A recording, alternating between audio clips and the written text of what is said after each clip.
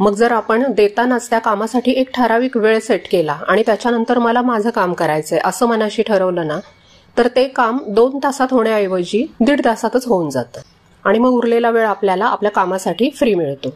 म्हणजेच काय तर दिवसातले 24 तास हे काम करणाऱ्या गृहिणीसाठी पण असतात आणि फक्त घर सांभाळणाऱ्या गृहिणीसाठी सुद्धा असतात. पण त्याच 24 तासांमध्ये स्वतःचं काही ना काही करणारी गृहिणी स्वतःला जास्त समृद्ध करते, आर्थिकदृष्ट्या सुद्धा, मानसिकदृष्ट्या सुद्धा, आणि त्यामुळे इतरांच्या नजरेत तिची किंमत वाढते.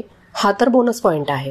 घर सांभाळण्या व्यतिरिक्त इतर काही काम करायला लागतो ना, तेव्हा आपल्याला आपल्या कामाची आणि वेळेची खरी किंमत कळते. ह्याच्यामुळे अजून एक गोष्ट होते, ती म्हणजे आपण जास्त लक्ष केंद्रित म्हणजे गोल फोकस्ड बनतो. काहीतरी एक गोल ठेवणं आणि तो अचीव करणं ही आपल्याला सवय लागून जाते आणि असे छोटे छोटे गोल्स आपण अचीव करत जातो ना, त्यानंतरच पुढे आपल्याला मोठे गोल्स करण्यासाठी अजून आत्मविश्वास मिळतो.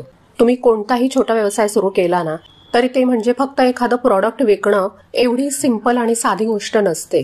त्यासाठी तुम्हाला नवीन टेक्नॉलॉजी शिकावी लागते. अगदी साधं व्हॉट्सअपला स्टेटस ठेवून सुद्धा कितीतरी महिला आपल्या व्यवसायाची जाहिरात करू शकतात. शिवाय स्वतःचं फेसबुक, इंस्टाग्राम अकाउंट चालू करणं, त्याच्यावरून स्वतःच्या प्रॉडक्टचं मार्केटिंग करणं, या गोष्टी एकदा तुम्ही सुरुवात केली ना की आपोआप तुम्हाला येतात. पण हे जर तुम्ही ते करत नसाल तर याच साईट्सचा उपयोग तुम्ही फक्त टाइमपाससाठी करता. शिवाय आपल्या आजूबाजूला काय चाललंय ह्याविषयी तुम्ही जास्त जागरूक राहता. म्हणजे आजूबाजूला सध्या कोणतं प्रॉडक्ट विकलं जातंय, लोकांची गरज काय आहे, आणि आपण जास्त क्रिएटिव्ह पद्धतीने आपलं प्रॉडक्ट किंवा सर्व्हिस त्यांच्यापर्यंत कशी पोहोचवू शकतो हे तुम्ही आपोआप शिकत जाता. आणि ही जी सतत नवीन शिकण्याची प्रोसेस आहे ना, ती आपल्या मेंदूला सतत तरुण आणि उत्साही ठेवते.